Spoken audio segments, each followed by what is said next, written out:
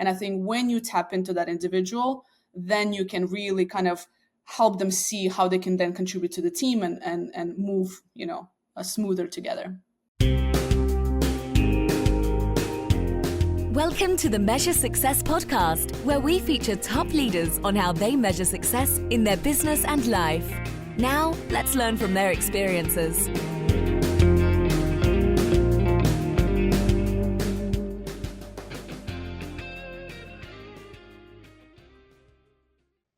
Welcome to the Measure Success podcast, where I talk with top leaders about effective strategies that inspire success. Excited about our guest today, Elena Agar. She is the host of the Shift podcast. She has her book, A Rough Guide to Awesome Leadership. She also has expertise in talent development and performance in the workplace. But what you may not know about her is she's had 17 different jobs before the age of 26. Elena, welcome to the Measure Success podcast. Thank you. It's good to be here before the age of 25, if that matters. 25. If that year means anything. Hey, it's still remarkable. I mean, you're a testament to the school of hard knocks, right? You've actually done so many different things. And it's interesting because I've had a lot of different experience myself throughout my career. And I think it makes us really well-rounded, really comfortable to go and do different things. So from your perspective, I'm kind of, actually, let's talk about the jobs real quick. What was the most odd job you had of those 17 jobs? Oh gosh. Oh, well, this is an awkward one. I didn't last there very long, I'll be honest, but it was, it's funny. People are gonna laugh, but I forget the actual doctor off the top of my head right now, but it's when you go get a colonoscopy, that's the doctor I would work for. And I was the person that was keeping you comfortable and asking you about the weather as you were having a very uncomfortable procedure done. I am sorry that you had that. And yeah, I am sorry. I'm not going to go much further into that, but that is I'm sorry that you had that, but that's, you get to learn about something, the wrong end for sure. Okay. We'll flip the other side. What was your favorite job before that period? My favorite job. Anything, as I look back, like anything that had to do with working with people and me being on my feet and like just doing multiple things. So like waitressing was really cool. Like, just being in restaurant business. I've held different roles in restaurant businesses and just hospitality in general. So I think anything that has to do with humans was probably one of my favorite experiences. So I'm curious, you have all these different jobs throughout your career, especially early in your career, that you did things. What was your kind of big takeaway? What were some of your big thesis things that you were like, these are some commonalities I've recognized regardless of all these different jobs that I've had? It's interesting because it's only in the last few years that I've come to this kind of realization of the impact those jobs had on me. So up until my 30s, I was pretty much embarrassed that I had to have all those jobs to like sustain myself and work multiple jobs. Because every time you go into a place and people are having all these exciting careers, or at least that's the story they're telling, right? So people will have all these like big names on their resumes, or let's say they just graduated from college and they're going to all these fantastic, organizations, institutions, and I just didn't have the same path. So for the longest time, I was embarrassed that I had to do all these random jobs. From my first job was at Subway, I was 15. And then from there on, I've always had at least 2 jobs. And I've worked at so many different industries, from really uncomfortable ones to really fun ones and everything in between. And so one of the takeaways for me is, as I grew older and people would ask me, or like I would mentor younger kind of students, and through some of the mentorship work that I do, and they would ask me but how did you get here, that you're able to do this thing and this thing, and as I was being asked these questions, I would start to realize, I was like, it's actually because of all those different things that I've done. It gave me a real kind of understanding of what I don't want to do. I also gained a lot of skills, a lot of people skills that I think are so essential today, that a lot of people lack for the, really in many capacities.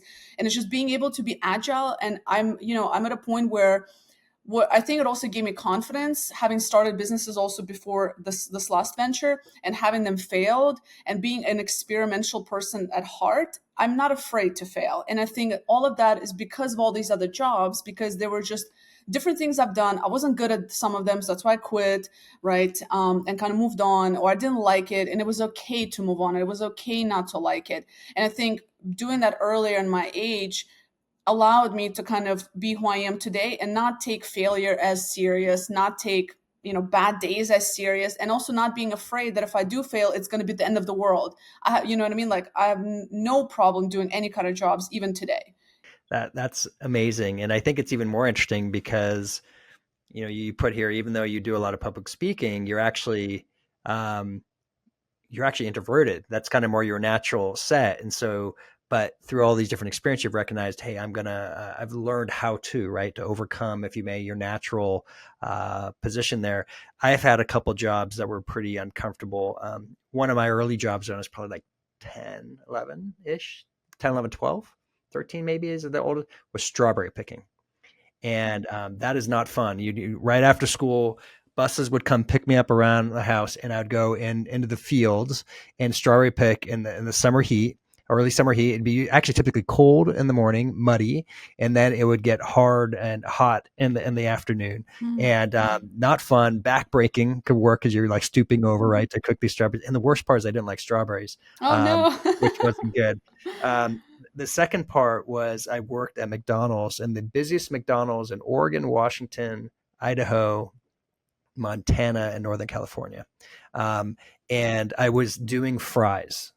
And when you're a 14-year-old, and I was working at McDonald's at 14 years old, and you're doing fries in the summer heat, that is not good for your acne. And I didn't have good acne to begin with, and it was not good. And so I had this polyester uniform working this very hot days in the middle of summer. I'd ride my bike to and from work a couple miles, and it was, anyways, it's funny how those things create experience. But I'll say the strawberry picking taught me a lot about working hard. I tell you, working at McDonald's is as much of a bad rap it gets. They teach you how to do customer service. They teach you the importance of, basic things like, do you want fries with that? Now that's a little funny to say that, but it's these basic things that they've learned that I still take this day. Like they would always say, please and thank you when you're talking along with regular employees. And to this day, I regularly say, please and thank you. So it's super fascinating what we learn, we can help take to the rest part behind it. So Elena, let's talk about now what you do. What's the common thing? How do you help your clients out in your core business?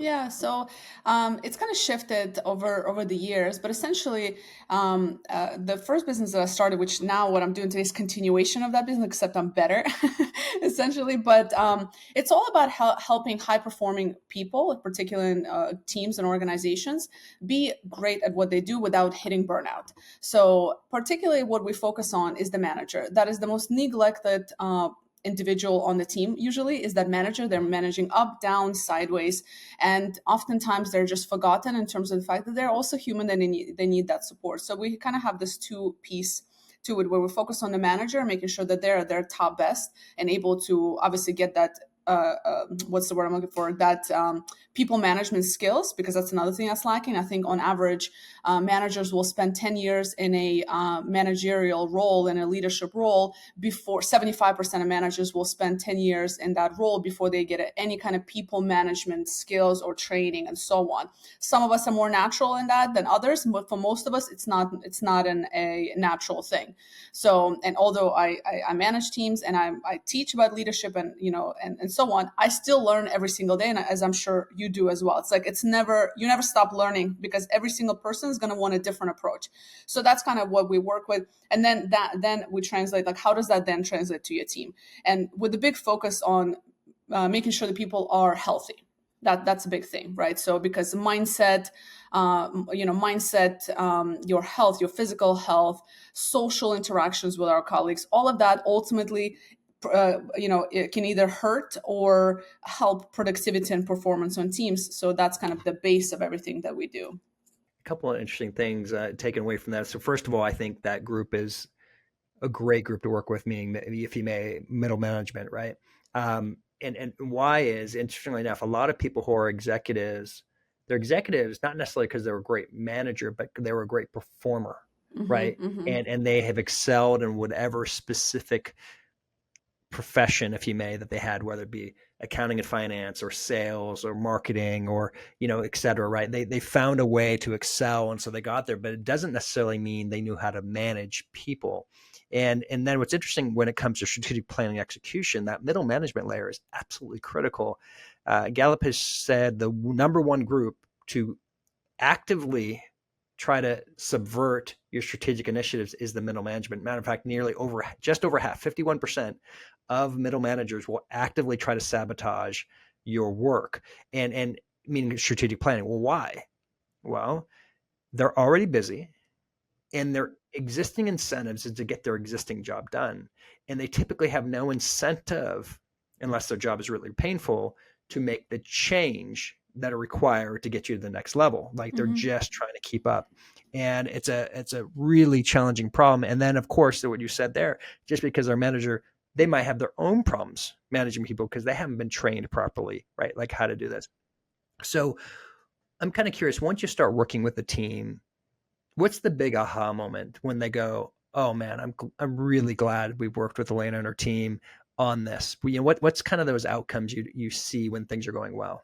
Yeah, I think one of the biggest things, something you've mentioned, is change, and that's the first thing we tackle. Is the fact that change is inevitable, and that everybody is going to go through that change differently. So the biggest, like recently, this was a couple months ago, we did a session for a team that was of about 80 people, and they're going through. So they got 30 new people in the last like year, so they grew really fast.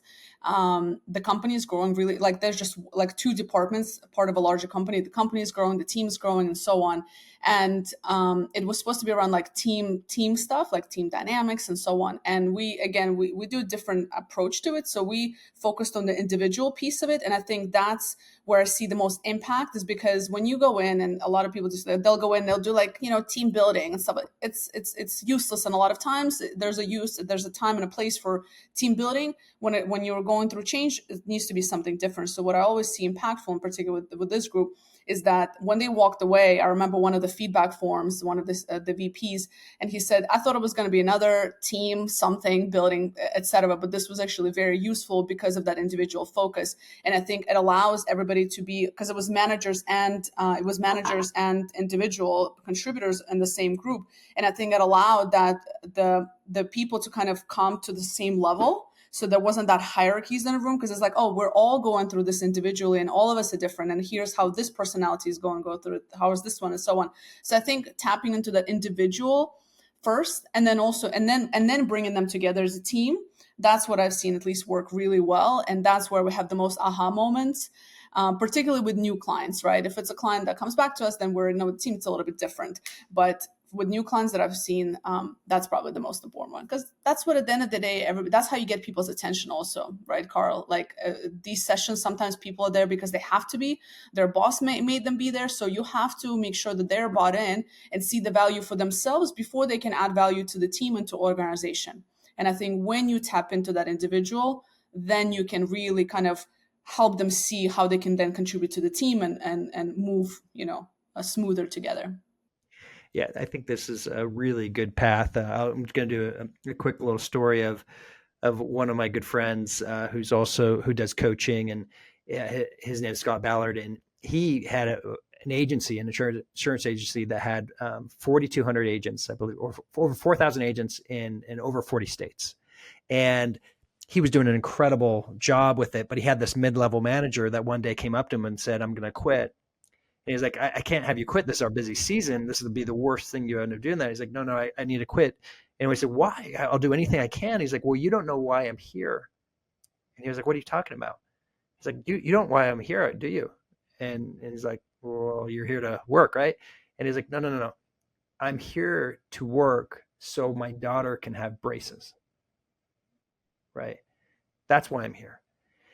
And once that breakthrough happened, and he recognized, oh wow, there's like, he didn't realize that. He didn't realize his why. This manager's why was such a different reason, and that is so true for many people. They're working to either do something, like accomplish something, to provide for something.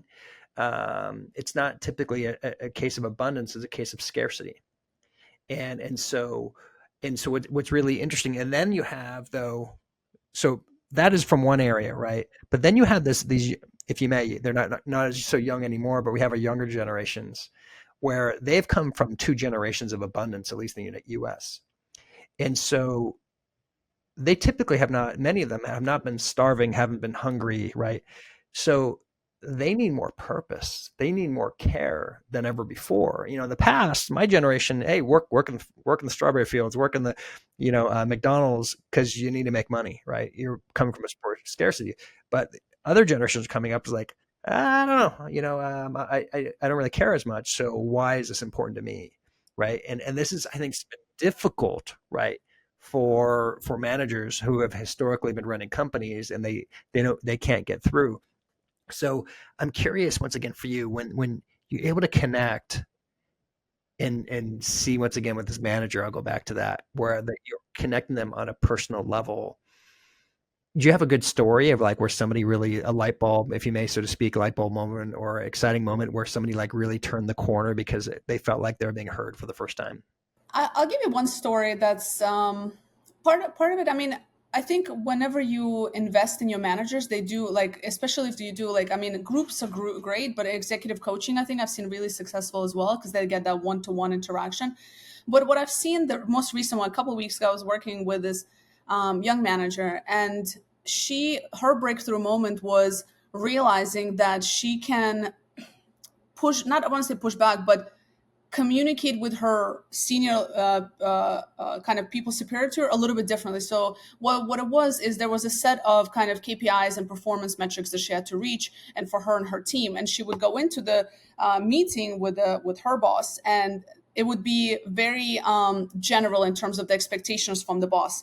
And so when we worked together, and I said, well, have you considered going in with your own game plan and like just drive your own sort of team forward instead of waiting for the leader to give you directions, because that's also the reality they're dealing with, right? So when they're managing up is a whole art on its own. And sometimes you're going to have a leader on top of you that doesn't always necessarily understand what's going on the ground. So you almost have to guide them. And for her, the realization was like, oh, I can push back and I can come up with a plan, and I can't because I know my team, and my lead, maybe, that person doesn't know my team. So I think that was the realization, is just like having that space to, I think, talk with somebody, having that space to speak out their fears of speaking up to that leader. I think that's just the most recent one that has come. Yeah, that's what comes to mind. That's a good one. I think it's a great example of once again this perspective from one thing of that, coming in with value, right? Yeah. Coming into a meeting and actually, oh no, I'm going to actually create more value and not just do what I've been told.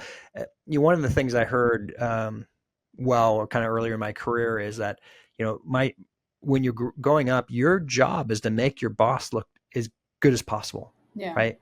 That's when you're actually having success, is when your boss is having success, assuming you're not trying to take their job, right? That's not the best practice, but you should be shining so much through the process and caring about them that they're going to have success through that. And hopefully, through that effort, they're going to increase and raise you up too, so to speak. But I love the comment years ago by Zig Ziglar: if you help enough other people get what they want, you eventually get what you want. And I think today, in some of our younger generations, we have it. Well, it's about me. They need me, right? They need me to be Mm-hmm. there. It's like, well, as an employer, I don't need you. I just need you to do the work, right? And so there's this disconnect so many times, right? The employer needs a task to get done, right? They need something to get managed, while the employee is like, what's in it for me? And it's this, when you create more value is when you're able to grow, I feel, in your career. And I love that example of like, hey, come in with something more, right? Come in something to impress your boss, and then they could show it out with the rest of their team, like what's happened. I think that's absolutely awesome. And if I may add to it, I think the important thing here is also that the leadership, so the middle managers, right? And you have the senior leaders on top of them, maybe the VPs and so on. And I think it's important to recognize that if they are in that position, also, understanding that they're not always going to have all the answers, and being open to receive, being open to also asking for feedback from their managers, because I think there's also this, again, like depending on the personality, there's can be disconnect because of, if the manager is afraid to speak up because maybe the senior leader up top is very, I don't know, standoffish or whatever, or haven't made time to build that relationships, right? So it's a two-way street. And I think that just, again, it goes back to having that relationship, one-on-one relationship. We expect our managers, the middle of our managers, to manage everybody up and down, but then our leaders also need to manage and be mentors and leaders for those managers. And that's not always the case as well. And so I think it's, it's a two-way street, and everybody needs to kind of lead by that example in the organization. Yeah. Yeah. Very, very well said from that perspective. Okay. So I'm curious, when you are working with your clients, how do you measure success? Yeah, good question. Well, obviously, as you know, it depends on what they want and what it is. Like, what are the KPIs I'm supposed to reach, right? Interestingly enough, in my world of kind of leadership development, it is a lot of qualitative stuff. We are now getting better and better being quantifying results, and there's certain things you can track in the world of learning and development, such as kind of engagement or productivity levels, team dynamics. So there's some observable things that you can track.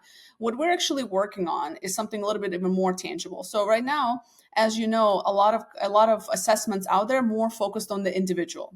So at Shift, we're actually developing an assessment. It's still very much in early stages, but we have some bright, smart, like amazing individuals working on this. To look at it from an organizational perspective, because what we focus on a lot, Carl, as organizations, is we focus, how can we make our teams more productive? How can we make our managers more productive, our individual contributors? What about the organization? How is the organization supporting that? And how is this going to impact the organization, the business? So there's a lot of focus on individual, and every assessment you take out there measures the individual performance, the individual personality, the individual strengths and weaknesses, and so on, but nothing that much that covers all of it. Not just the individual, but also how does the organization and the structure plays into the individual's performance. So, and that's something we're putting together, which is going to make it a little bit more tangible, I think. But then something I'm very excited about. So when you said like measurement, because that's the big headache, right? Like for a lot of folks in my areas, like how do we actually, not just qualitative, which everybody can see, but at the end of the day, as a CEO, you want to see like tangible results, and you want to see that shift in your teams. You want to see the increase in numbers or decrease in costs, right? Or avoidance of risk and so on. So you want to be innovative. And so how do you actually track that? So again, there are a lot of great metrics out there right now, but I think there's more that can be done. That's kind of what we're working on at the moment.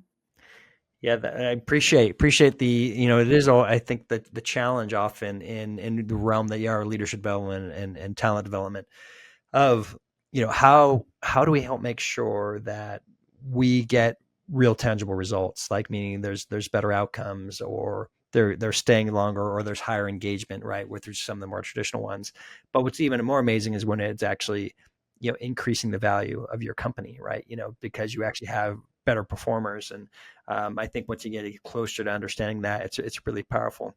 Or even if I can just ask one more thing, also like decreasing costs. So like healthcare costs, all of that. There's a lot of costs associated with burnout, associated with presentism, associated with absenteeism. So presentism is when people kind of show up but they're not really fully productive. Absenteeism, when people are absent because of sick leave. Some of it is real, some of it is I just don't want to go to work. Sick leave, that's costing billions of dollars to companies in the U.S. So I think even just being able to decrease that number by investing into more holistic talent development versus just be a high performer, just productive, but tapping into all of those other human aspects, I think that's a huge impact as well. Yeah. Yeah. Well said. Okay. We start out on the personal side about all these different jobs that you've done. And you were also saying, pre going on the air, is like, man, you got a lot going on. You were just mentioning, there's a lot going on. You're excited. You're talking about delegating and hiring to get support for some different areas. I'm curious, from your daily, because you do have a lot going on, I'm curious what habits you've put in place for yourself to help you make sure you can get your best performance consistently. Yeah, so something I take very seriously are my mornings. My mornings are for me. I'm an early riser. I'll wake up between 5 and 6 a.m. Used to be earlier. Now I'm like, I allow myself that little bit of time. So my mornings are very important for exercise, for walks, enjoying the weather, getting that sunlight first thing in the morning. Could be doing some creative work. Like this morning, I was just writing something because I had, like, my mind was fresh. So I wanted to create some content. Um, uh, Obviously workout, as I've mentioned. So I think that's a big part for me. Sleep is very important to me. I will sleep in if I slept late. If I sleep at midnight, I'll push my wake up till 7 a.m. because sleep is more important to me than anything else. So that's a huge priority for me. Ask me again when I have kids, but right now it is. And I have my friends who have kids, they're like, it's not going to be like that once you have children. I was like, I realize that, so I'm utilizing this now. But so I realize it's only realistic when you don't have children for the moment. But anyway, so sleep is very important to me. My exercise, my mornings are very sacred to me. I used to work 7 days a week for many, many years. I've now shifted to 6 days a week. I still do at least a few hours on a Sunday to prepare me for the week. That has significantly improved my productivity for the rest of the week because it allows me to want quiet time to really plan things out, delegate as I need to, prepare, start, schedule some emails so that my Monday morning is not busy with just running or catching up on things or trying to, send out emails. It just starts off very smoothly with a workout. This is most of the time. I have my days where obviously weeks that doesn't happen, but that's pretty much kind of what I focus on. And my weekends are with family, my partner. It's very important, like just relationships that I have in my life. That's outstanding. And I appreciate, what's you going outlining of the focus you want to have, but also recognizing when life changes, right? You have different priorities.